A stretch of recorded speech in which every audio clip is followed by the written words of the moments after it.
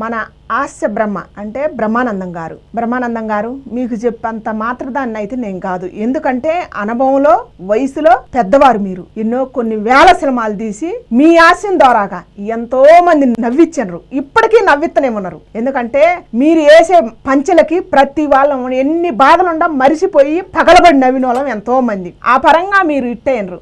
కానీ మీ తోడబుట్టిన అన్నని మీరు ఎలా మర్చిపోయినరన్నా? ఉంటాయి మనసు పద్ధతులు, ఎవరికైనా ఉంటాయి అన్న.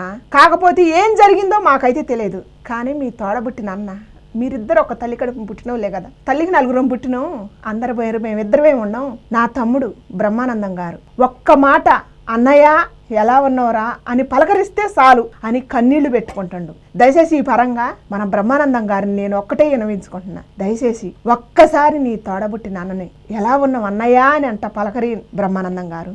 దయచేసి మిమ్మల్ని చేతులు జోడించి కోరుకుంటున్నా. ఎందుకంటే తోడబుట్టిన వాళ్ళు ఒకళ్ళు పలుకోపోతే ఆ బాధ ఎలా ఉంటుందో నాకు తెలుసు. అందుకని దయచేసి కోరుకుంటున్నా, ఒక్కసారి మీ ఆస్తులు వద్దు, మీ అంతస్తులు వద్దు, మీ ఏవీ వద్దరి అంటున్నా. ఆయన ఒంటరిగా మిగిలిపోయిందంట. తోడబుట్టిన వాడు ఘాటాన ఆ పలకరింపు కోరుకుంటాడు.